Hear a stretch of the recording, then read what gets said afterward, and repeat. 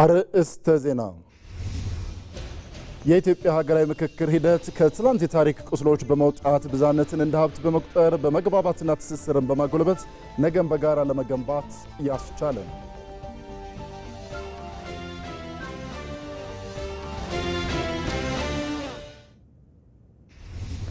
የመደመር መንግስት ሙስናን እንደ ህልውና ስጋት በመመልከት የአገልግሎት አሰጣጥን በማዘመን አሰራሮችን በዲጂታል ቴክኖሎጂ በመቀየርና በህግ ፊት እኩልነትን በማረጋገጥ በኩል የጸና አቋሙን እያሳየ ይገኛል።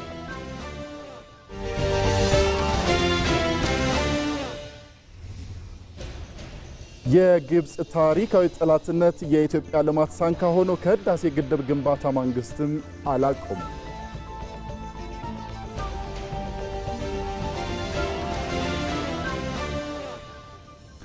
ከውጪ በጋዛ ዘላቂ ሰላም ጥረት ላይ ነፍስ ለመዝራት አዳዲስ ዲፕሎማሲያዊ ጥረቶች ሊደረጉ ነው።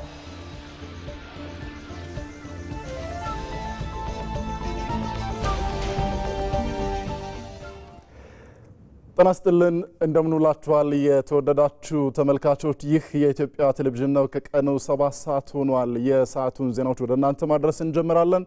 እስከ ዝግጅታችን ፍጻሜ ድረስ አብራችሁ እንድትቆዩ ግብዣችን ነው።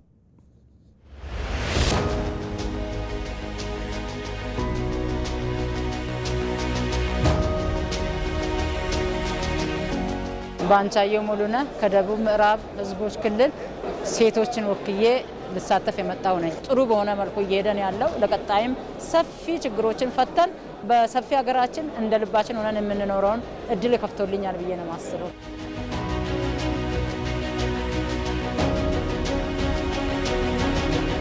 ኢትዮጵያ ሁሌ መመካከር ያስፈልጋታል። እዚህ ካየሁት ውጤት የጋራ የሆነ ሀገር ገንብተን በሰላም በፍቅር አብረን እንኖራለን የሚል ተስፋም እምነትም አለ። ስሜ ድሪስ ሙስሩ አብዱላ እባላለሁ። የመጣሁት ከዩናይትድ አረብ ኤምሬት ከዱባይ ነው የመጣሁት። ለሀገር ያለን ክብርና ምኞት እንዲሁም ደግሞ ኢትዮጵያ ነገ ምኖራት ተስፋን ሳስብ በሐሴት እሞላለሁና በጣም ደስ ዜናዎችን እየመራው ደግሞ አብዮት ይግዛው ከመላይ ስርጭትና የስቱዲዮ ባለሙያዎች ጋር በመሆን አብራችሁ ቆያለሁ። በድጋሚ አብራችሁን ቆዩ። ወደ ቀዳሚው ጉዳይ እንለፍ።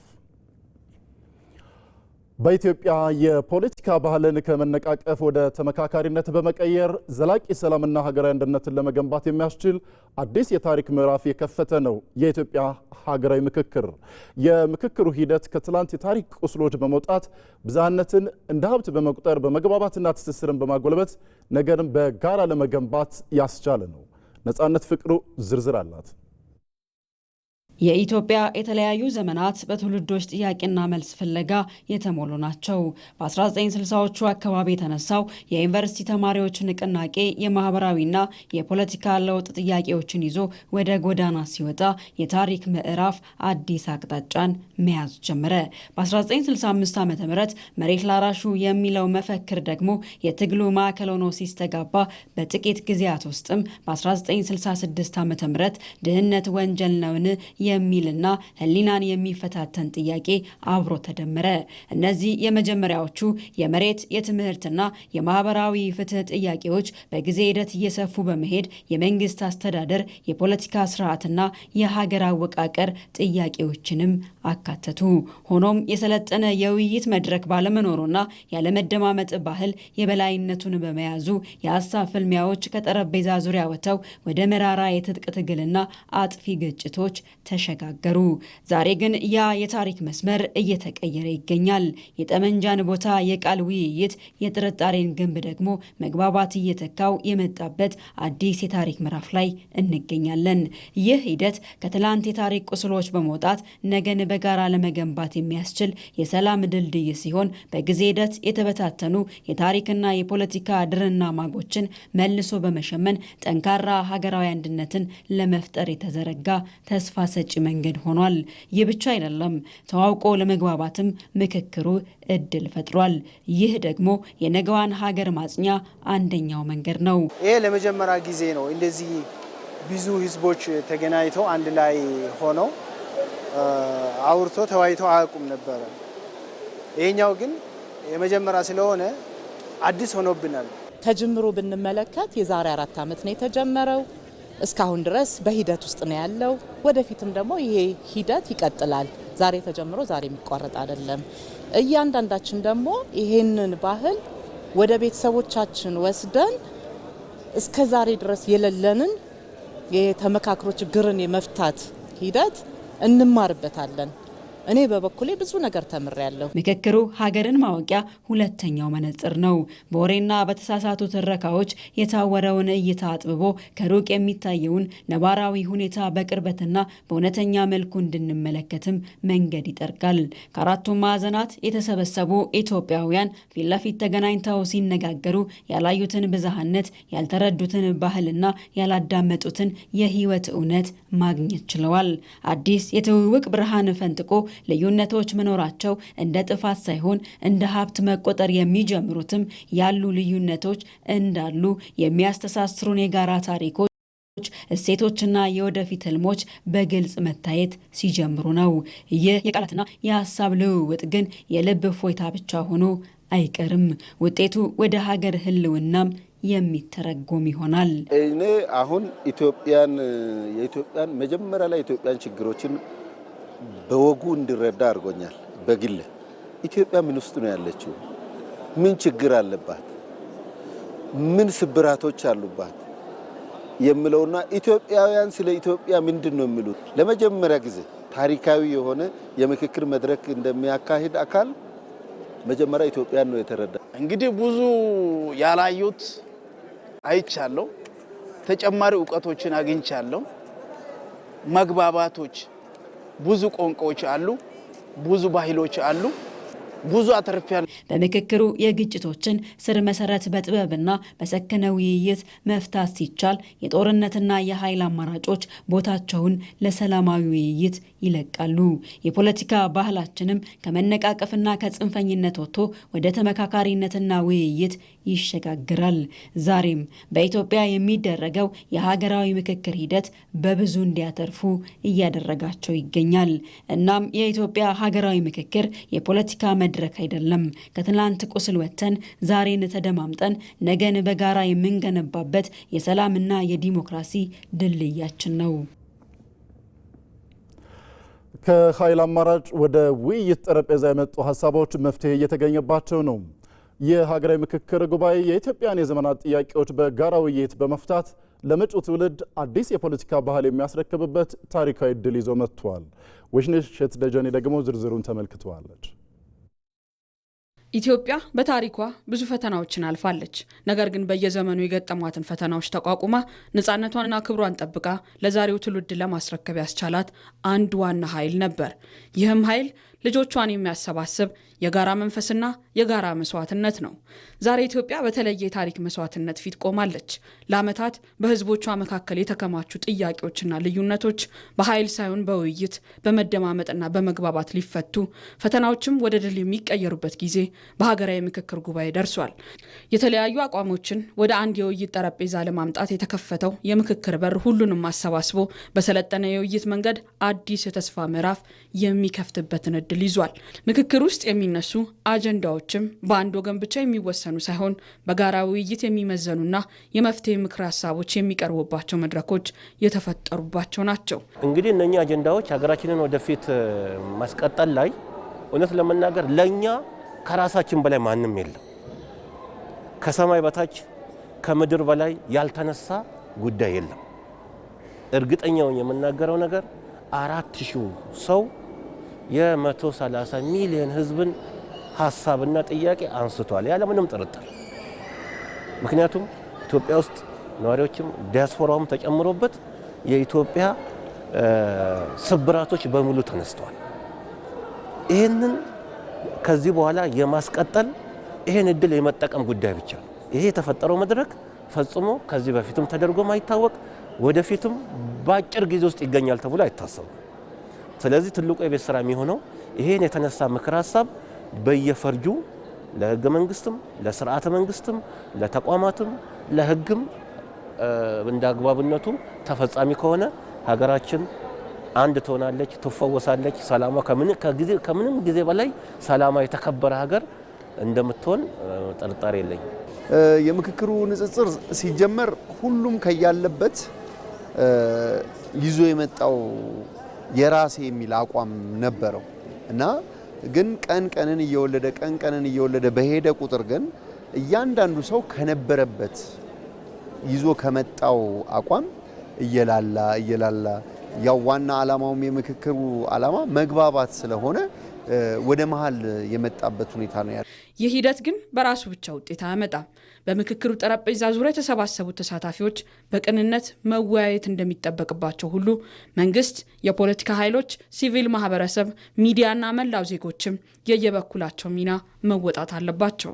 ብሔራዊ ምክክር ለኢትዮጵያ አዲስ የታሪክ ምዕራፍ ሊከፍት የሚችል ትልቅ እድል ቢሆንም እድሉ ወደ ዘላቂ ውጤት የሚለወጠው በተሳታፊዎች ትጋትና በሁሉም ወገኖች የጋራ ተሳትፎ ብቻ ነው። ማንኛውም ሰው ይሄ ነው እኔ ውስጥ ያለው ቁስል የሚለውን ሐሳብ መግለጽ አለበት። ሐሳቦች መምጣት አለባቸው። እነዚህ ሐሳቦች ግን የግድ ይተገበራሉ ማለት አይደለም፣ ወይም ደግሞ ወደ ውሳኔ ደረሱ ማለት አይደለም። ሐሳቦች ይመጣሉ። እነዚህን ሐሳቦች እንዴት ነው የምናክማቸው? እነዚህ ሐሳቦች የቁስል ሐሳቦች ናቸው። ሰዎች በብዙ ነገር ቆስለዋል እና ያንን የማህበረሰብ በነገሮች ላይ እዚህ ጋር ያለው የመጣው ተሳታፊ የራሱ ሐሳብ ብቻ አይደለም። ከበስተጀርባው ይዞ የመጣው የማህበረሰቡ ሐሳብ አለ። የተወከለበት ማህበረሰብ ሐሳብ ስላሉ ማንኛውም ሐሳብ መምጣቱ ጥሩ ነው። ያ መጣ ማለት ግን ተወሰነ ማለት ግን አይደለም። ምክክር እኮ ማለት የተለያዩ ሐሳቦች የሚነሱበት ቦታ ነው። ስለዚህ መመካከር ማለት እኔ በሌላው ሰው ጫማ ሆኜ የሌላውን ሐሳብ መረዳት መቻል፣ መረዳዳትም ስለሚያስፈልግ ለመረዳዳት የሚነሱ ሐሳቦችን መተማመን ስለሚያስፈልግ መደማመጥም አስፈላጊ ስለነበረ እነኚህ ነገሮች ሁሉ ተከናውነዋል። የሚነሱ ሐሳቦች ሁሉ እንዲሁ ዝም ብሎ በቀላሉ ወደ መተማመን የሚወስዱ አይደሉም። ሐሳብ መለዋወጥ፣ በትዕግስት መወያየትን፣ በታጋሽነት መደማመጥን የሚፈልጉ ነገሮች ስለሆኑ በዚህ መልክ የታዩ እንጂ ውይይት ሲኖር ሊነሱ የሚችሉ ነገሮች እንጂ አዲስ ነገር የተነሳም የለም። ሀገራዊ ምክክሩ የሚፈታው የዛሬን ችግር ብቻ አይደለም። ለመጪው ትውልድ የሚተላለፈውን የፖለቲካ ባህልም ሊወስን የሚችል ምክረ ሀሳቦችን አንግቧል። ለዚህም ነው ምክክሩ የተወሰኑ ተሳታፊዎች ጉዳይ ብቻ ሳይሆን የሁሉም ኢትዮጵያውያን የጋራ መልክ የሆነው። በሀገራዊ ምክክር ተሳታፊዎች የሀገርን ጥቅምን በማስቀደም በዘመናት የተጠራቀሙ ችግሮችን የሚፈታ የጋራ መግባባት ላይ መድረስ ችለዋል። በውይይቱ መጀመሪያ ላይ ይታይ የነበረውን የኔ ብቻ ሀሳብ ይብለጥ የሚል እይታን በመደማመጥና በመግባባት በመቀየር ያለምንም ጫና ልዩነቶችን መፍታት ተችሏል። ከደቡብ ኢትዮጵያ ክልል ጋሞ ዞን ጊዲቾ ከመጡት የሀገራዊ ምክክር ተመካካሪ አቶ አበራ አበበ ጋር ዘጋቢያችን ብሩክታዊት አስራት ቆይታ አድርጋለች። ከራስ አንደበት እንከታተል።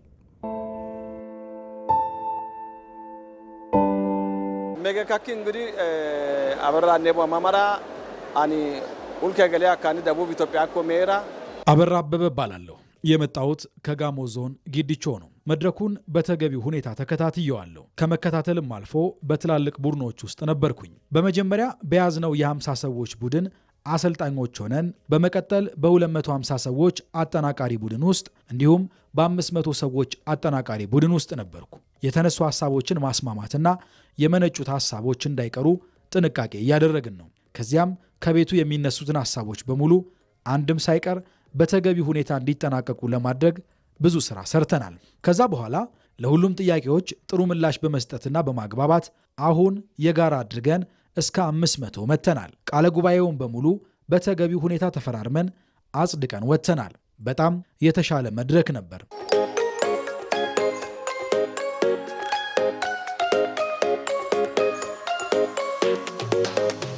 በእርግጥ ከተለያየ ቦታ ስለመጣንና የሰው ባህሪም የተለያየ በመሆኑ የኔ ካልሆነ የሚሉ ነገሮች ነበሩ። ቢሆንም ግን ይህ ሁሉ ለአንዲት ሀገር ለኢትዮጵያ የምናደርገው በመሆኑ የግል የሚባል ነገር አለመኖሩን ሁሉም ተረድቶ ወደ አንድ ሐሳብ በማምጣት ተስማምተንበታል። ስለዚህ የኔ የበላይ ይሁን ወይም የኔ ብቻ ካልሆነ የሚባል ነገር ስለማይሰራ በዚያው ተስማምተንና ልዩነቶችን መፍታት ችለናል። የኔ ብቻ ይሁን የሚለውም ሐሳብ እንዲተው ተደርጎ ጫና ሳይፈጠር በተግባቦት ጥሩ መግባባት ላይ ደርሰናል ብዬ አስባለሁ። በዛ ላይ የሰው የመደማመጥ ባህል መጀመሪያ ላይ ከነበረው በጣም ለውጥ የታየበት ነው። በእኛ ጊዜ የተፈጠሩ ከኛ በፊት የተፈጠሩና በዘመናት የተጠራቀሙ ችግሮች ሁሉ ምላሽ አግኝተው የኋላው ትውልድ እንደዚህኛው ሳይቸገር የሚኖርበት ጥሩ ሀገር ለመፍጠር ነው። ስለዚህ የተሻለ ነገር ከፊት ይመጣል ብዬ አስባለሁ። ህዝባችን አንድነቱን በማጠናከር መብቱንና ጥቅሙን በጽናት ማስከበር አለበት። ይሄ የእያንዳንዳችን ኃላፊነት ነው። ከኢትዮጵያ ቴሌቪዥን በቀጥታ ወደ እናንተ እየደረሰ ያለውን የቀን 7 ሰዓት ዜናችንን ነው እየተከታተላችሁ የምትገኙት። የተወደዳችሁ ተመልካቾች እንቀጥላለን። እዚሁ ጉዳይ ላይ ነው የምንቆየው። ሀገራዊ ምክክሩ ሁሉም ወገን ሀሳቡን በነጻነትና በእኩልነት እንዲገልጽ በሚያስችል መልኩ እየተካሄደ መሆኑን በምክክሩ ተሳታፊ የፖለቲካ ፓርቲዎች ገለጹ። የምክክሩ ሂደት የሀሳብ የበላይነትን በሰለጠነ ውይይትና በንግግር የማረጋገጥን አስፈላጊነት ትምህርት የሚሰጥ መድረክ ነው። ባየሙላት ዝርዝር አዘጋጅተዋል። የኢትዮጵያን ችግር በውይይትና በምክክር ለመፍታት ያለመው የሀገራዊ ምክክር ጉባኤ 4000 ተመካካሪዎችን በአንድ ጥላ ስር ያሰባሰበ በኢትዮጵያ ሀገረ መንግስት ግንባታ ታሪክ ትልቅ ቦታ ያለው ሁነት ሆኖ ይጠቀሳል። የምክክሩ ጥንካሬ የሚጀምረው ሁሉንም ማህበራዊ መሰረቶችን ያካተተ ከመሆኑ ነው። የፖለቲካ ፓርቲዎችን ጨምሮ ከአራቱ ማዕዘናት ሁሉም የህብረተሰብ ክፍል በእኩልነት በተወከለበት እየተካሄደ ያለው ምክክሩ የተመራበት ስልትም ሌላው ወደ ስኬት መንገድ የሚመራው ነጥብ ሆኖ ይጠቀሳል። 10 ተመካካሪዎችን ከያዘው ሀሳብ አመንጭ ቡድን ጀምሮ ያለው የቡድን ምክክር ስርዓት በምክክሩ አጀንዳዎች ላይ ሁሉም ወገን ሀሳቡን በነጻነትና በእኩልነት እንዲገልጽ ያመቻቸ ነው። ይህ ሀገራዊ ምክክር ደግሞ ሁሉንም ማህበራዊ መሰረቶችን ከየቡድናቸው አዋቅረው ጠርተው ሁሉም ድምጾች እንዲሰሙ ያደረገበት ነው። ያ ለሀገር አንድነት፣ ለሀገራዊ መግባባትና እርስ በርስ ተቻችለን ተከባብረን የጋራ ሀገር ገንብተን ለመኖር የሚያስችል ሀሳቦችን እንድናዋጣ ከማዋጣትም ባለፈ እንድንሰማ ሚስ ያደረግናቸው ነገሮችን እዛ ፍሬም ውስጥ እያስገባን የጋራ እንድናደርግ የጠቀመን በመሆኑ ሀገርም ልትማርበት የሚገባው ታሪካዊ ውይይት ነው ብዬ ወስዳለሁ። ሁሉም ሰው በደንብ ተናግሯል፣ በደንብ ሀሳቡን አስይዟል። 10 ላይ ከ10 እንደገና 50 ሳላይ ስትሄድ እሱም በጣም የተሻለ ነው። ሁሉም ሰው ያሰበ ያለው ምንድነው ሀገሪቷ በምን መንገድ ብትቀጥል የተሻለ ነው እያለ ነው ሲወያይ የነበረበትና የቀረበው ሁኔታ ግን ደግሞ የሁላችንንም ሀሳብ ይዞ የሄደበት ሁኔታ ስለሆነ በ500 ላይ ተስማምተንበት ነው እየፈረምንበት ነበር። የምክክር ጉባኤው በተለያዩ ሂደቶች አልፎ 500 ተመካካሪዎችን የያዙ 8ቱም ቡድኖች በአጀንዳዎቹ ምክር ሀሳቦች ላይ መግባባታቸውን አረጋግጠዋል። ይህ የምክክር መድረክ ለዘመናት ሲንከባለሉ የመጡ ውስብስብ ሀገራዊ ጥያቄዎችን በኃይል ሳይሆን በሰለጠነ ውይይት ለመመለስ የተጀመረ ታሪካዊ እድል ነው።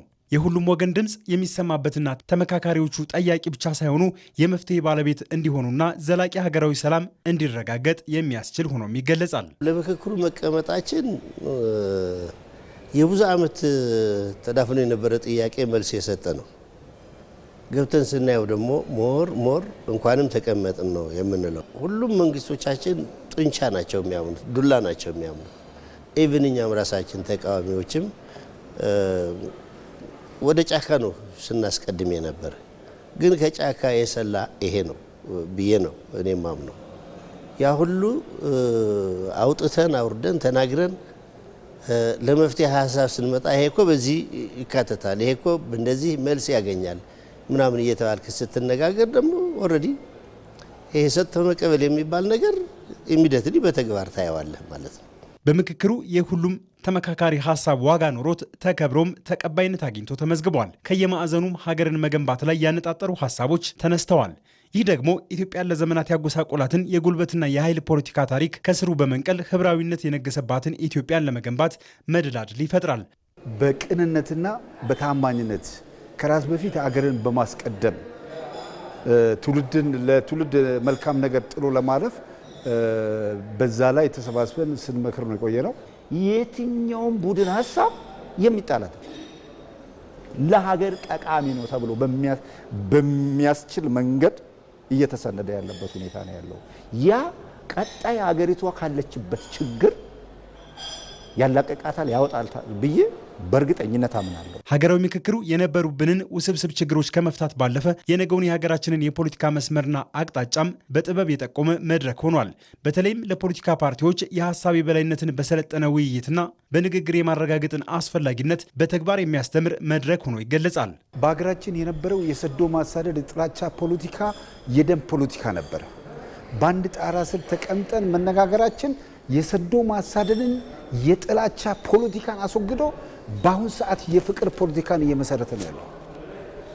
ስለዚህ ሰላም፣ መከባበር፣ መቻቻል፣ መተዛዘን ተፈጥሯል ማለት ይችላል። አሁን በዚህ በምክክሩ አንዱ የሌላውን ህመም፣ አንዱ የሌላውን ቁስል፣ አንዱ የሌላውን በደል የሚያዳምጥበት የሚሰማበት ለካ ሳላውቅ ጎድቻለሁ የሚባባልበት ጊዜ ላይ የመጣን ስለሆነ ሀገራዊ ምክክር የሀገራችን ችግር በዘላቂነት ሊፈታ የሚችል በታሪክ ያገኘ ነው። ባይዘው እድለኞች ነን ብዬ አስባለሁ።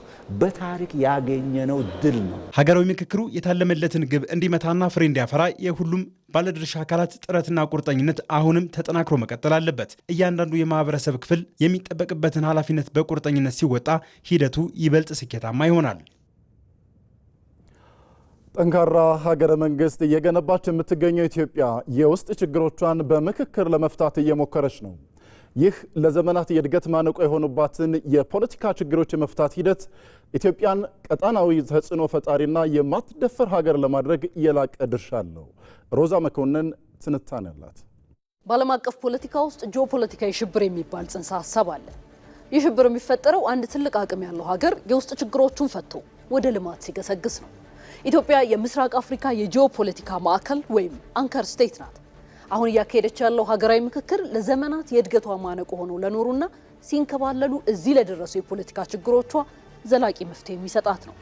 ምክክሩ አቃፊ የዜግነት ትርክት የሚገነባበት የተግባር ምዕራፍም ነው። ይህ ደግሞ በቀጠናው ያለውን የኃይል ሚዛን በአንዴ እንደሚቀይረው ይታወቃል። ለውጡም ለኢትዮጵያን የተስፋ ችቦ ያበራላቸዋል። ታሪካዊ ጠላቶቻችን ደግሞ ጂኦፖለቲካዊ ሽብር አዘቅት ውስጥ ይጥላቸዋል። እንዴት አላላችሁ? አብረን ቆይተን እንመልከተው።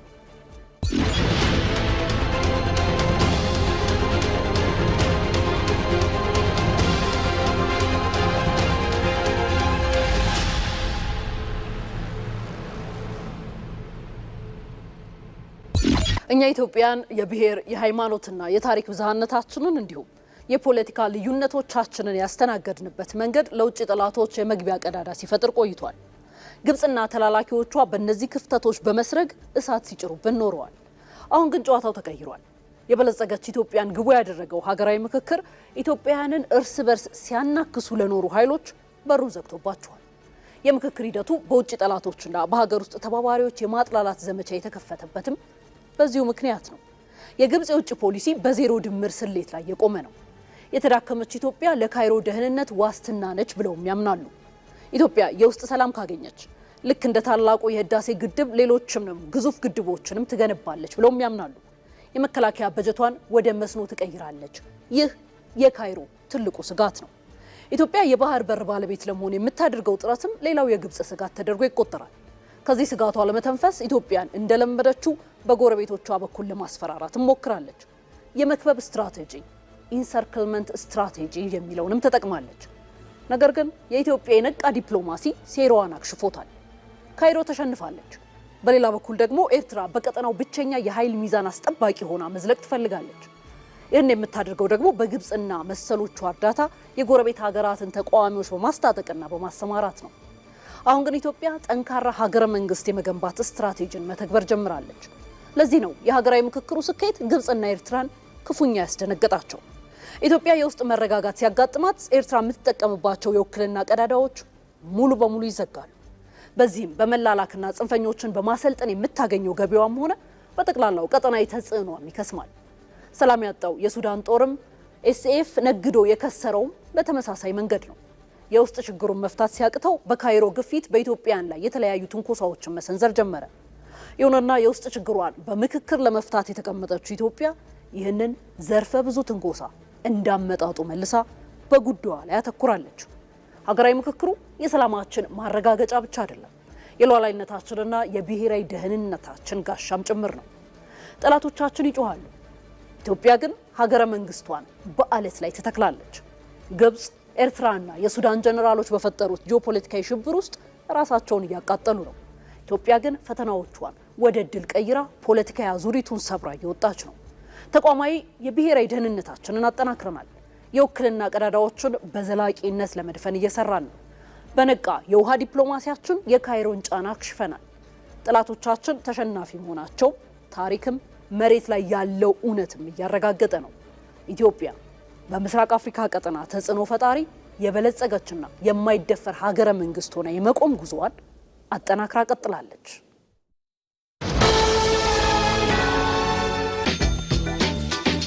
ምንድነው ይሄ ሁሉ ብር የኔ ልጅ? የሲቢ ብቻ ነው። ከውጭ ሀገራት በኢትዮ ዳይሬክት፣ ካሽጎ፣ ሲቢ ኮኔክት እና በሌሎችም ዲጂታል የገንዘብ ማስተላለፊያዎች ቀጥታ ወደ ሂሳቡ ሲላክሎት እንዲሁም ከባንካችን ጋር በሚሰሩ የውጭ ሐዋላ አስተላላፊ ድርጅቶች በኩል የተላከሉትን ገንዘብ ሲቀበሉ በዕለታዊ የውጭ ምንዛሬ መሸጫ ተመን መንዝረን ዳጎስ ያለ ተጨማሪ ጉርሻ እናበረክትሎታለን። በእጁ የሚገኝ የውጭ ሀገር ገንዘብ በባንካችን ሲመነዝሩ በጉርሻው ይደሰታሉ። በባንካችን ያስልኩ፣ በባንካችን ይመንዝሩ፣ የበለጠ ያገኙ። የኢትዮጵያ ንግድ ባንክ ሁሌም የሚተማመኑበት ባንክ። ዜናዎቻችን ይቀጥላሉ። አሁን ደግሞ ወደ ሌሎች ጉዳዮች ነው የምናልፈው። የመደመር መንግስት ሙስናን እንደ ህልውና ስጋት በመመልከት የአገልግሎት አሰጣጥን በማዘመን አሰራሮችን በዲጂታል ቴክኖሎጂ በመቀየርና በህግ ፊት እኩልነትን በማረጋገጥ በኩል የጸና አቋሙን እያሳየ ነው። ይህም ኢትዮጵያ ፈጣን የኢኮኖሚ ሽግግርና በግዙፍ የካፒታል ፍሰት ውስጥ የሚፈጠሩ የለብነት ማነቆችን ከመሰረቱ በማጥፋት ተግባራዊ ያደረገቻቸው ያሉ ትውልድ አሻጋሪ የልማት ፕሮጀክቶች እንቅፋት እንዳይገጥማቸው ለማድረግ ያለመ ነው። መሐመድ አሊ ይህንን ጉዳይ በትንታኔ ያስቃኘናል። ኢትዮጵያ ዛሬ በታሪኳ አዲስ ምዕራፍ ፈጣን የኢኮኖሚ ሽግግርና የልማት ውጥን ውስጥ ትገኛለች። የመደመር መንግስት ሀገሪቱን ከረጅም ዘመን ኋላ ቀርነትና ፖለቲካዊ ቁርሾ አላቀው በምርት፣ በቴክኖሎጂ፣ በግብርናና በኢንተርፕረነርሺፕ ላይ የተመሰረተ ሁለንተናዊ ብልጽግናን እውን ለማድረግ ሌት ተቀን እየተጋም ነው። ይሁን እንጂ ይህ እድገትና የብልጽግና ጎዳና የአልጋ ባልጋ ጉዞ አይደለም። በሂደቱ ውስጥ እንደ ሾህ የሚወጋ ሀገርን የሚያደማ የውስጥ አቅም የሚበላ አሚኬላ ሌብነትና ሙስና የተባለ አደገኛ ስውር በሽታ አለ። ሌብነት በጣም አደገኛ ስብራት ነው። የገንዘብም ሌብነት፣ የጊዜም ሌብነት፣ የማልመጥም ሌብነት በመትጋት ላይ ባለች ሀገር ውስጥ እንቅፋት ነው። ሌብነት የትውልድ ነቀርሳ፣ የኢኮኖሚ እስር ቤት፣ የህዝብ እንባ ማፍሰሻና የዘመናት ተስፋ ደንቃራ፣ የሀገር የልማት ህልም፣ የህዝብን የእኩልነት ተስፋና የትውልድን የነገ ዕጣ ፈንታ በስውር የሚበላ እንደ ነቀዝ ከውስጥ የሚያዘግም አደገኛ ደዌም ነው። ነገር ግን ሌብነት እንደ የትኛውም ቁስል ይታከማል። ሙስናም እንደ ማናቸውም ቆሻሻ በጸዳ ውሃም ይታጠባል። ሌብነት የሰው ልጅ የመልካም አስተዳደር እጦትና የተቋማት መላሸቅ የወለደው እንጂ የማይሸነፍ ተፈጥሯዊ ህግ አይደለም። ይህ ደዌ ተገቢው የሕክምና መሳሪያ የማያወላውል ፖለቲካዊ ቁርጠኝነትና የተቋማት ማነቆዎችን የማስወገድ ድፍረት ሲታከልበት በሽታው ሙሉ በሙሉ ሊታከምና በታሪክ ማህደር ውስጥም ሊቀረፍ የሚችል ጊዜያዊ ፈተና ብቻ ነው። ሰው በሌብነት ልብሱን ሊቀይር ይችላል። የልጁን ምግብ ሊቀይር ይችላል። ሳሎን ሊቀይር ይችላል። ቤት ግን አይገነባም።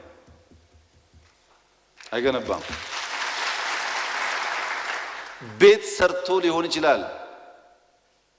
ሀገር መስራት እስካልቻለ ድረስ ግን ያ ቤት ይፈርሳል፣ ይወረሳል። የመደመር መንግስት ሙስናና ብልሹ አሰራርን የሚረዳው እንደ የሀገር ደህንነት ስጋት ነው። የማረሚያ ስልቱም ባለብዙ መንገድ ነው። ሰውን በሰው ላይ ጥገኛ ከማድረግ ይልቅ አሰራርን በዲጂታላይዜሽንና በጠንካራ ቁጥጥር ማሰር፣ ማንም ከህግ በላይ ሊሆን የማይችልበትን የአሰራርና ቁጥጥር ማዕቀፍ መዘርጋት የተጀመረውና አዋጩ መንገድም ነው። የመደመር ፍልስፍና ዋና ማዕዘን የሆነው ከራስ ወዳድነት ወጥቶ ለህብረተሰብ ማሰብ፣ የሞራል ከፍታን መገንባትና በክብር የመስራት ባህልን ማዳበር ለዚህ በሽታ እንደ መከላከያ የሚሰራ መድኃኒት ነው። ኢትዮጵያ ዛሬ የያዘችው የኢኮኖሚ ግስጋሴ የኢንተርፕረኒያል ወይንም የአስተዋይና ፈጣሪ መንግስት ቁመና መገለጫ ነው። ግዙፍ የከተማ ኮሪደሮች ተዘርግተው የግብርና አብዮቶች እየተቀላጠፉ የከተማና የገጠር ትራንስፎርሜሽን ፕሮጀክቶች ሲገነቡ የሀብት ፍሰቱ ሰፊና ብዙ ነው። በዚህ ሂደትም ይህንን የሌብነት ሰንኮፍና መርዝን ለመንቀል ትዕግስት የሌለው የማያመነታ እርምጃ በጥብቅ ያሻል። ለዚያም ነው የመደመር መንግስት በልማት ፈጣን እንደመሆኑ መጠን ለሌብነትና ለዝርፊያ ያለው ትዕግስትም ዜሮ ቶለራንስ የሚሆነው። ብልሹ አሰራሮች፣ አዝማሚያዎች፣ ፍላጎቶችና ሂደቶች ስር ሳይሰዱ ፍላጎቶቹን በመግታት በህግ አግባብ የማየት አሰራሮችን የማዘመን በተለይ አንዱ የኢኮኖሚ ዘርፍ የሆነው ዲጂታላይዜሽን አገልግሎት አሰጣጥ ተጠያቂነትና የስራ ስምሪት ላይ ግልጽ መረጃን በማደራጀት ጉልህ ሚና የያዘ በመሆኑ መንግስት አሰራሮችን የማዘመን ተጠያቂነትን የማስፈን ብልሹ አሰራርን ደግሞ በህግ የመጠየቅና የማስተካከል ተደግመውም እንዳይፈጠሩ የማድረግ አካሄዶቹን አጠናክሮ ይቀጥላል። ሌብነት የፖለቲካ ስርዓቱን ከውስጥ የሚበላ የህዝብን አመኔታ በእጅጉ የሚሸረሽርና የእድገት ከፍታን ወደ ኋላ የሚጎትት አደገኛ ጸር መሆኑን በመረዳት የመደመር መንግስት በከፍተኛ ቁርጠኝነትም ይፋለመዋል። እናም መደመር ተቋማዊ ማሻሻያና ዲጂታላይዜሽንን በመዘርጋት ሰውን ከሰው ጋር የሚያገናኝና ለጉቦ የሚያጋልጡ አሰራሮችን በዘመናዊ ቴክኖሎጂና በዲጂታል ስርዓት መተካት እየሄደበት ያለው ሌብነትና ብልሹ አሰራርን የማድረቂያ መንገድም ነው። ሌብነት የማይፈታ ቁልፍ የማይድን መቅሰፍት ሳይሆን በእውቀት በቁርጠኝነትና በህግ የበላይነት ሊታከም የሚችል ማህበራዊና ስነ ምግባራዊ በሽታ ነው። ሳይደግስ አይጣላም ነውና በአህጉሩና በቀጠናው የእድገት ሽክርክሪት ውስጥ እየገሰገሰ ያለው የመደመር መንግስት ይህንን ፈተና ለመቋቋም የሚያስችል ሙሉ ተቋማዊ አቅምም አለው። ጥፋተኞችን በህግ አግባብ ለመጠየቅ የሚያስችል ነፃነትና አቅምን የተላበሱ የህግ ተቋማትም ይህንን ዘመቻ በሚያግዙበት የተጠንቀቅ ቁመና ላይ ስለመሆናቸው የሰሞኑ እርምጃ ትልቅ አብነት አድርጎ መውሰድ ይቻላል። ህብረተሰቡ ገና ከጅምሩ ስጋቱን ሲገልጽ እጅና ጓንት ሆኖ ከመንግስት ጋር ወደ መሬት በመውረድ የተጀመረው ይህ የፍተሻ፣ የምርመራ፣ የማጥራትና እርምጃ የመውሰድ ስራ ቀን በቀን የመደመር መንግስት ስራው አድርጎ የሚሄድበት ምክንያት ለህዝባችን የገባነው ቃልና ለአፍሪካና ለዓለም ህዝብ ያለን ወይም የሚጠበቅብን የስራ ኃላፊነት ያስገድዱናል። ትልቁ ተቋም የህዝብ ንቃት ነው። ህዝቡ ሙስናን እየጠቆመ ሌባውን በይፋ እየተጸየፈ ከመንግስት ጎን መቆሙ የትግሉ ዋና አቅም ነው። በስነ ምግባር የታነጸ ትውልድ በመፍጠር የሞራል ልዕልና ግንባታን ማሳለጥም የእርምጃው ሌላኛው ሁነኛ ደጀን ነው። የመደመር መንግስት ለሀገር ለህዝብና ለልማት ሲል የጀመረው የሌብነት ትግል በሰምና ወርቅ ተሰፍቶ በጠራ እውቀትና በጽኑ ቁርጠኝነት የታጀበ በመሆኑ ኢትዮጵያን በብሩህና የሰመረ የነገ ትውልድ መኖሪያ እንድትሆን ያደርጋል። ዛሬ የተዘራው የቁርጠኝነት ዘር ነገ የሰላምና የፍትህ አዝመራ ሆኖ መሬቷንም ይሞላዋል።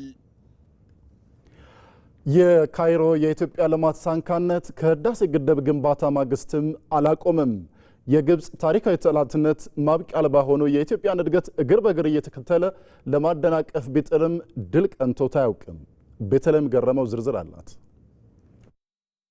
የአፍሪካ የታሪክ የጽናትና የገናናነት ምድር ኢትዮጵያ ከዚህች ታላቅ ሀገር ማህፀን የሚፈልቀውና ጥቁር አፈር ይዞ ገስጋሽ የነበረው አባይ እናቱን አራቅቶ ለባዳ የህይወትና የስልጣኔ ምንጭ ሆኖ ለዘመናት ፈሷል። ነገር ግን ከዚህ ታላቅ ወንዝ ማዶ በካይሮ የፖለቲካ ዋሻ ውስጥ ለዘመናት ሲሸረብ የኖረ ድብቅና መራራ ሴራ አለ። ግብፅ የኢትዮጵያን ተፈጥሯዊ እድገት የምታየው በስጋት በምቀኝነትና በጥርጣሬ አይን ነው። ለካይሮ ፖሊሲ አውጪዎች የበለጸገች በኢኮኖሚ የጠነከረች ኢትዮጵያ ማለት የአባይን ውሃ በብቸኝነትና በበላይነት የመቆጣጠር ታሪካዊ ህልማቸው ማብቂያ ነው። ለዚህም ነው የግብፅ የውጭ ፖሊሲ ዋና መሰረት ኢትዮጵያ እግሯን እንዳትተክል፣ ኢኮኖሚዋ እንዳያብብ፣ ህዝቧ በሰላም እንዳይኖርና አንድነቷ እንዲላላ ማድረግ ላይ የሆነው። ይህ ስትራቴጂካዊ ፍላጎቷ የሚመነጨው ውሃው የኔ ብቻ ነው ከሚል የተሳሳተ ትርክት ሲሆን ኢትዮጵያን በኢኮኖሚና በፖለቲካ ደካማ አድርጎ ማቆየት አባይንና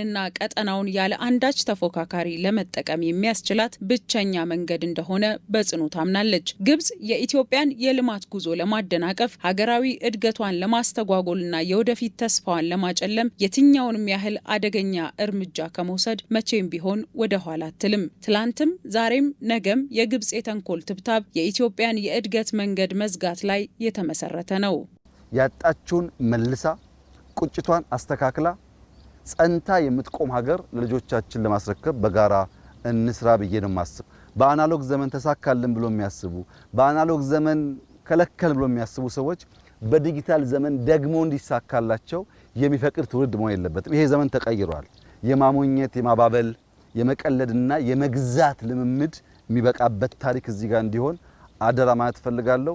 ግብጽ ከኢትዮጵያ ጋር በቀጥታ ፊት ለፊት ተጋፍጣ የመዋጋት ወታደራዊ ጂኦፖለቲካዊና ስትራቴጂካዊ አቅም እንደሌላት ደጋግማ ተረድተዋለች። ይሁን እንጂ የጥፋት እጇ ሁል ጊዜም ረጅም ነው። ፊት ለፊት መጋፈጥ ሲሳናት ያገኘችውን ማንኛውንም አጋጣሚ በመጠቀም የውስጥ አንድነትን የሚፈትኑ አመፀኞችን ማስታጠቅ፣ ማደራጀት፣ ማሰልጠንና በፋይናንስ መደገፍ ዋነኛ የመዋጊያ መሳሪያዋ ነው። ካይሮ የኢትዮጵያን ሰላም ማደፍረስ የሚያስችላትን ሀገር የሚበትንና ሰላም የሚነሳ ማንኛውንም አካል እንደ ቅርብ ወዳጅ ትቆጥረዋለች። የጦር መሳሪያ፣ የገንዘብና የዲፕሎማሲ ሽፋን በመስጠት በኢትዮጵያ ሉዓላዊነት ላይ የሚቃጣውን አደጋ ሁሉ በስተጀርባ ሆና ስታስተናብር ኖራለች። ወደፊትም ይህንኑ የጥፋት አውታሯን አጠናክራ እንደምትቀጥል ጥርጥር የለውም። ምክንያቱም አሁን ኢትዮጵያ ከዓለም የት ላይ ተላለፍኩ ብላ የእድገት ኪሳራዋን በፈጣን ስራ እያጣፋች ነውና። ግብጽን የሚጎዳው የኢትዮጵያ ኢኮኖሚ የቀጠናው ጃይንት ኢኮኖሚ እንደመሆኑ በአፍሪካ ውስጥ ቶፕ 5 ኢኮኖሚ ይጠቀስ ከተባለ የኢትዮጵያ ኢኮኖሚ አብሮ የሚጠቀስ ኢኮኖሚ እንደመሆኑ ኢኮኖሚው ማደጉ የኢነርጂ ዲማንዳችንን ይጨምራል። የኢነርጂ ዲማንዳችን ሲጨምር ወንዞቻችንን ገድበን መጠቀም እንጀምራለን። ወንዞቻችንን ገድበን መጠቀም ላይ ደግሞ ግብጾች ችግር አለባቸው። ስለዚህ ለኔ ግብጾች ወደ ጅቡቲም ሲመጡ፣ ወደ ሶማሊያም ሲሄዱ፣ ወደ ኤርትራም ወደ ሱዳንም ሲገቡ ካልኩሌት የሚያደርጉት አንደኛው የኢትዮጵያ ኢኮኖሚን በሁለት መንገድ ክሪፕል ማድረግ እንችላለን። አንደኛው ከባህሩ በመግፋት፣ ሁለተኛው ደግሞ ውስጣዊ አለመረጋጋቶችን በመፍጠር።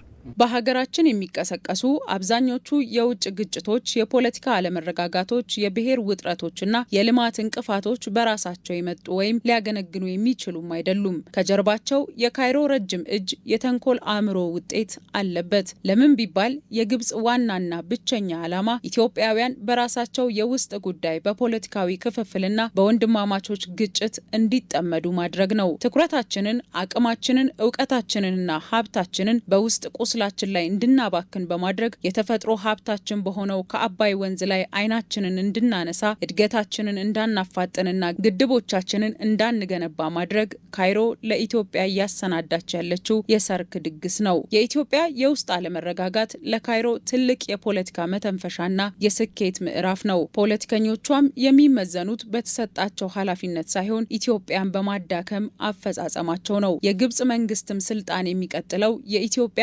እናጥፋት ካርድ በመምዘዝ የግብጻውያንን ቀልብ በመሳብ ነው። ግራ የገባው ለህብረተሰቡ እንዳስፈላጊው ብቻ የሆነ ነገር እያሉ መሸንገል ነው የሚሰራው። ስለዚህ ለምንድን ነው ለሚለው መልስ ወደዚህ ስንመጣ አንደኛና የመጀመሪያው ለውስጥ ፍጆታ ብቻና ብቻ ነው የመጀመሪያው። ስለዚህ የውስጥ ያለውን ጫጫታ፣ የተሸነፍን ስሜትን ለማርገብ ግዴታ ያላቸው እድል ይሄ ነው። አንድ ይሄ ነው። ሁለተኛው የኢትዮጵያ ህዳሴ ግድብ አልቋል፣ የተበላ ነገር ነው። ግን ኢትዮጵያ ከዚህ የህዳሴ ግድብ ጋር አብራ በ2015 ከተደረገው ስምምነት የቴክኒክ ቡድኑ ከተስማማው ስምምነት አንዱ 3 ግድብ ከዚህ በኋላ ይቀጥላል የሚለውን ያካትታል። ይህንን ለማረሳሳት ከዚህ በኋላ የሚመጣው ግድቦች ላይ በጣም ኃይለኛ ጫና፣ ስነ ልቦናዊ ጫና፣ የሚዲያዊ ጫና የመሳሰሉት ሁሉ አድርገው እንደገና በዓለም አቀፍም የሰማለኝ አይነት ነገር በጣም ካጮሁ በኋላ የሚቀጥለውን ግድብ በምትሰራበት ወቅት እንዴ አበዛችሁ ኢትዮጵያ የሚል ስሜት መፍጠር ነው። ኢቨን ኢትዮጵያውያኖች ላይ ራሱ እንደገና ሌላ ግድብ አሁንም ይህንንም ራሱ በመከራ ነው የገደብ ነው የሚል ስሜት ውስጥ እንድንገባ ነው የሚፈለገው። ነገር ግን ኢትዮጵያ የሺህ ዓመታት ታሪክ ያላት የጠላቶቿን ሴራ በመመከት የጸናች ታላቅ ሀገር ናት። የሰራ ሀገር ያድጋል፣ የሚያድግ ሀገር ደግሞ ለወዳጆቹ የልማት ጋሻ፣ ለጠላቶቹ ቅዠት ይሆናል። ኢትዮጵያም በግብጽ መነጽር ስትታይ በውሾቹ ጩኸት ሳይታወኩ ጉዟቸውን እንደሚቀጥሉት ግመሎች ናት። በታሪክ ማህደር ውስጥ የደመቀው ገድል ኢትዮጵያ በጥፋት ሴራ አትወድቅም የሚል ነው። የነገዋ ኢትዮጵያ ዕጣ ፈንታ የሚወሰነው በካይሮና በተላላኪዎቿ የሴራ ማዕድ ሳይሆን በኢትዮጵያውያን አንድነት፣ በኢትዮጵያ ብልጽግና ነው። በግልጽና ፍትሐዊ አሰራር የልማቱ ተጠቃሚ መሆናቸውን የባህር ዳር ከተማ አርሶ አደሮች ተናገሩ። ለባህር ዳር ከተማ ዘላቂ ልማት ከመሬታቸው የሚነሱ አርሶ አደሮች መብትና ተጠቃሚነትን ማረጋገጡን ከተማ አስተዳደሩ አስታውቋል። ራሄል ፍሬው ዝርዝር ዘገባውን ከስፍራው አድርሳናለች። ባህር ዳር ከተማ አስተዳደር በተቀናጀ ልማት መርህ 20 ሺህ ለሚጠጉ የመንግስት ሰራተኞች የመኖሪያ ቤት መስሪያ መሬት ጥያቄ ምላሽ ሰጥቷል። በዚሁ ልማት ከመሬታቸው ለሚነሱ አርሶ አደሮችም የካሳና የትክ መሬት ድልድል አከናውኗል። እንደ ባለ ይዞታ አርሶ አደሮች ተግባሩ ከከተማው ልማት ተጠቃሚ መሆናቸው ማሳያ ነው። አሪፍ ነው። ለምን ራሳቸው መጣው መጀመሪያ አወያዩን፣ ያው መንግስት እንደሚፈልገው ነገሩን፣ ግን ተገቢውን ካሳ ተገቢውን ቦታ ተሰጥቶን እንደሚነሳ ነው የመጀመሪያ እንትን ያሉ። ከዛ በየቤታችን ሳንለፋ ሳንደክም ደብተራችን ይዘን በየመሬታችን ቆምን፣ መጡ ለኩልን። በቃ አሪፍ አድርገው ነው እንትን ያሉን። ምንም እንትን ያሉን ያንገላቱን ነገር የለም። በስርዓት ነው ያስተናገዱን እና ደስ ብሎናል። ያው ዘመናዊ ኑሮ እንኖራለን ብለን እናስባለን። በፊት አልተለመደም። 500 መሰጠት አልተለመደም። አሁን 500 እኛ ካገኘነ ልጆቻችን 150 ካገኙ በሚሰጠን ገንዘብ ግንባታ ካከናወነ መንግስት የተሻለ እንትን መርቷል ማለት ነው። አሁን እኛ ካሁን በፊት በአርሶ አደርነታችን በነበርነው ከአርሶ አደርነት ተቀይረን አናውቅም ነበረ። አሁን መሰረቱ ብቁ የሚሆን ከሆነ መብራት ውሃ ከመጣ ልክ እንደምናያቸው ትልቅ ከተሞች እኛም የከተማ ኗሪ ሆነን ከሌሎች ከተሞች ጋር ተቀላቀለን ደስ ብሎ እንኖራለን ብዬ አስባለሁ። ለከተማ ልማትና እድገት የሚውል መሬት የባለ ይዞታውን መብትና ጥቅም ባስከበረ መልኩ መከናወኑ የጋራ ተጠቃሚነት እሳቤን የሚያጠናክር ነው። ይህም ለከተማው ዘላቂ ልማት መሰረት መሆኑን የባህር ዳር ከተማ ተቀዳሚ ምክትል ከንቲባ ጎሹ እንዳላማው ያነሳሉ። በአራት ሳይት ወይም በአራት ቀበሌዎች ላይ ያሉ አርሶ አደሮች እንግዲህ በአጠቃላይ ኒርሊ ከ1700 በላይ አርሶ አደሮች ናቸው ይህንን እድል የሚያገኙት። ስለዚህ በከተማ ዙሪያ ያለው አርሶ አደር ከተማው መጣብኝ ሊያፈናቅለኝ ነው፣ የኑሮ መሰረቴ ሊናጋ ነው፣ በቃ የመጨረሻ ዕጣ ፈንታዬ ምን ሊሆን ነው በሚል ጭንቀት እና የቤተሰብ ስጋት መበተን አድርጎ ያስበዋል። ያንን በሚፈታ መልኩ ነው ዛሬ ስራ እየሰራን ያለ ነው። ስለዚህ የመጀመሪያው ነገር የመኖሪያ ቦታ እንዲያገኙ አድርገናል። የአርሶ አደሩና ቤተሰቡን ዘላቂ ተጠቃሚነት የሚያረጋግጡ ስራዎችም ተጠናክረው እንደሚቀጥሉ አክለዋል። ባህር ዳር ከተማ ትልቅ ከተማ ናት። ገና እያደገች የምትሄድ ከተማ ናት። ብዙ ልማት እየመጣ ነው። ልማቱ መሬት ይፈልጋል። መሬቱ በአርሶ አደሩ እጅ ነው ያለው። ነገር ግን አርሶ አደሩ ለልማቱ መሬቱን ሲሰጥ ከተማው ወደ አርሶ አደሮቹ እንዲመጣ አርሶ አደሩ ጓጉቶ እንዲጠብቀው ወደ እኔ በመጣና በደረሰና የኔም እንደነዚህ አርሶ አደሮች ህይወቴ በተቀየረ ብለው የሚፈልጉት የሚናፍቁት እንዲሆን አድርገን ነው የምንሰራው። ስለዚህ ይህንን ለማድረግ ደግሞ ከተማ አስተዳደሩ ቅድመ ዝግጅት አድርገናል። ከከተሞች ኮሪደር ልማት ባሻገር በገጠር ኮሪደር ልማት በአርሶ አደሩ ቀዬ ጭምር የተሻለ የኑሮ ሁኔታና ከተሜነትን ማዳረስ ብልጽግና ለከተሞች ልማት ያስቀመጠው መዳረሻ ነው። ለዚህ ግብና ለላቀ ልማት ከመሬታቸው የሚነርሱ አርሶ አደሮችን ጥቅምና መብቶች ማስከበር ለዘላቂ ልማት መሰረት ስለመሆኑ የአማራ ክልል መሬት ቢሮ ምክትል ኃላፊ አቶ ሰይፉ ሰይድ አስገንዝበዋል። ልማት ሁልጊዜም ቢሆን ቀጣይነት አለው። ስለዚህ መሬት ለልማት ሲፈለግ በተለይ ደግሞ ለላቀ የህዝብ ጥቅም ለጋራ ጥቅም ተብሎ መሬት ሲለቀቅ የግድ ባለይዞታዎቹ ጥቅማቸው መከበር አለበት ማለት ነው። ዘንዘልማ አካባቢ 2013-14 ላይ ችግር ነበር። ያ ችግር እንዳይደገም ስራውን በጥራት በመስራት ረገድ ከተማ አስተዳደሩ ከፍተኛ ስራ ስለሰራ በዚሁ አጋጣሚ እጅግ እናመሰግናቸዋለን። በባህር ዳር ከተማ አስተዳደር ለመኖሪያ ቤት ተጠቃሚዎች የተላለፈ 1045 ሄክታር መሬት ላይ ለሚነሱ 1675 አርሶ አደሮች የ500 ካሬና መሰል ትክ ቦታና ካሳ የመስጠት ስነ ስርዓት ተከናውኗል።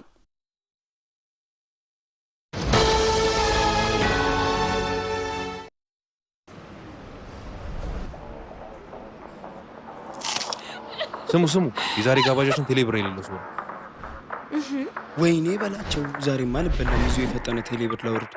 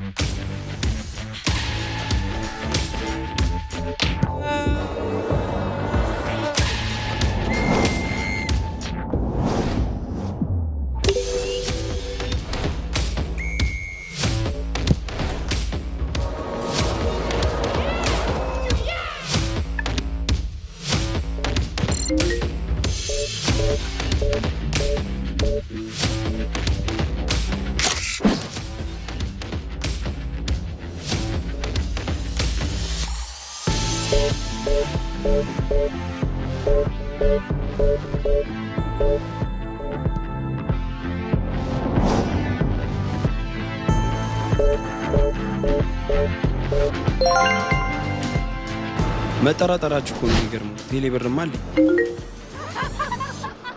ቴሌብር ስንጀምር እንዲህ ነን። ቴሌብር ከፕሌይ ስቶር ወይም ከአፕ ስቶር የፈጠነ አውርደን የቴሌብር አገልግሎት ስናስጀምር እንዲሁ የፈጠነ ክፍያችንን ስንፈጽም እንዲህ ነን። ቴሌብር።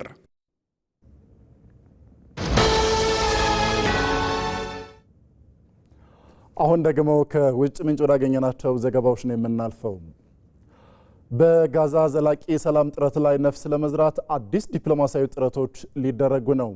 የሐማስ የፖለቲካ መሪና ዋና ተደራዳሪ ኸሊል አልሃያ ወደ ካይሮ የመጓዝ ዜና ከአሜሪካው ፕሬዝዳንት ዶናልድ ትራምፕ ልዩ መልእክተኛ ጃሬድ ኩሽነር ወደ እስራኤልና ግብፅ ሊያደርጉት ከታቀደው ጉብኝት ቀደም ብሎ መሆኑ የዲፕሎማሲው አዲስ ጥረት ነው።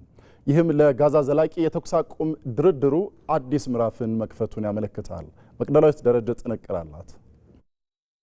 የመካከለኛው ምስራቅን ሰላም እግር ተወርች አስሮ ቀጠናውን አጣብቂኝ ውስጥ ከቶት የነበረው የጋዛ ጦርነት በአሜሪካው ፕሬዝደንት ዶናልድ ትራምፕ ከወዳጅ ሀገራት ጋር በመሆን ዘላቂ የሰላም ፍኖተ ካርታ ያስፈልገዋል በሚል ከስምምነት ተደርሶ ለወራት በመጠኑም ቢሆን ጋብ ያለ ቢመስልም ፈቀቅ ያለ ዘለቄታዊ መፍትሄ ግን ተግባራዊ ሲሆን አልታየም። ጋዛን ሲያስተዳድር የነበረው ሐማስ ትጥቁን እንዲፈታና እስራኤልም በጦርነቱ በቁጥጥሯ ስር ያስገባቸውን ከ60 በመቶ ያላነሰ የጋዛ መሬት ለቃ እንድትወጣ እንዲሁም በተሰየመው የሰላም ቦርድ ጋዛን መልሶ መገንባት የሚሉ ሰላም ማውረጃ ሀሳቦች አንዳቸውም ተስፋ የሚሰጥ እርምጃ ሲወስዱ አልታየም። እናም አሁንም ቢሆን ሙሉ ለሙሉ ያላባራውን ጦርነት ዘለቂታዊ የሰላም ዋስትና ይዞ ይመጣ ዘንድ ፍልስጤማውያን የጋዛ ነዋሪዎች ትልቁ ምኞታቸው ነው። ይህን ለማሳካት በዲፕሎማሲ እንዲታገዝም ግፊት ማድረግ ጀምረዋል።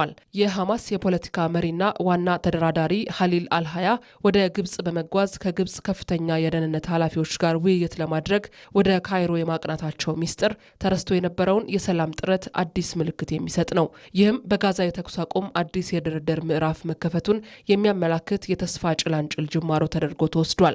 ከሐማስ ምንጮች የተገኘው መረጃ እንደሚያሳየው ይህ ጉዞ የሚካሄደው የአሜሪካው ፕሬዝደንት ዶናልድ ትራምፕ ልዩ መልእክተኛ ጃሬድ ኩሽነር ወደ እስራኤልና ግብጽ ሊያደርጉት ከታቀደው ጉብኝት በፊት ነው።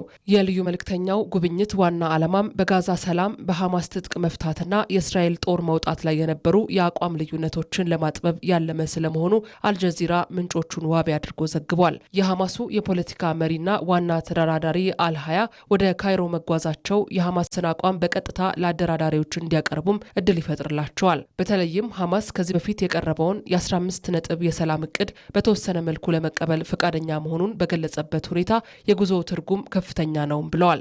ነገር ግን አሁንም የድርድሩ እንቅፋት ሆኖ የቀጠለው የእስራኤል ጠቅላይ ሚኒስትር ቤንያሚን ኔታንያሁ ዋና አቋም ሐማስ ትጥቁን ሳይፈታ የእስራኤል ጦር ሙሉ በሙሉ ከጋዛ እንደማይወጣ ማሳወቃቸው ነው።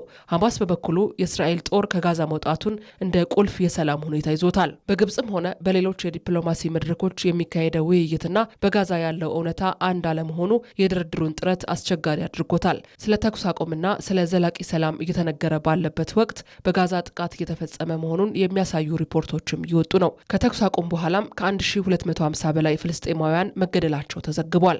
የሐማስ የፖለቲካ መሪና ዋና ተደራዳሪ ኸሊል አልሃያ ወደ ካይሮ መጓዝ የሰላም ስምምነት ተደርሰዋል ባያስብልም የድርድር መስመሩ ዳግም መከፈቱን ያሳያል።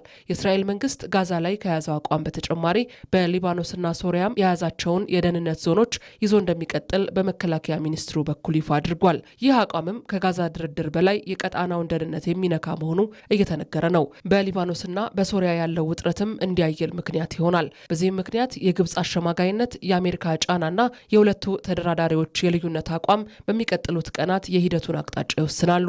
የተኩስ አቁሙን ወደ ዘላቂ ሰላም የሚቀይር የፖለቲካ ስምምነት በመፍጠር በሐማስ ትጥቅ መፍታትና በእስራኤል ጦር ከጋዛ መውጣት ዙሪያ የሐማስ የፖለቲካ መሪና የአሜሪካው ልዩ መልእክተኛ ጉብኝት በኋላ የሚኖሩ የድርድሩ አካሄዶች ተጠባቂ ናቸው።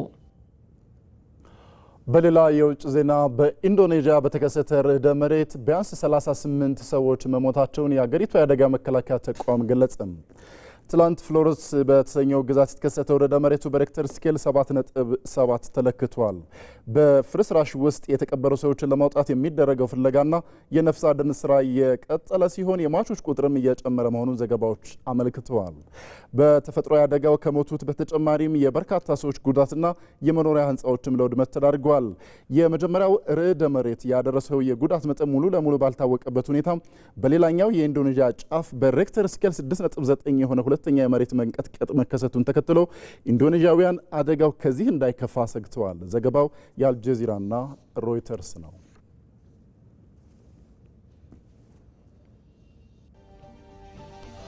የተወደዳችሁ ተመልካቾች ለቀን 7 ሰዓት ያዝንላችሁ ዜና ተጠናቋል። ስለነበረን ጊዜ እናመሰግናለን። ዜናዎችን ወደ እናንተ በማድረስ አብዮት ይግዛው ከመላይ ስርጭትና የስቱዲዮ ባለሙያዎች ጋር በመሆን አብራችሁ ቆየው። የስፖርት ዘገባችን ይቀጥላል። በሰላም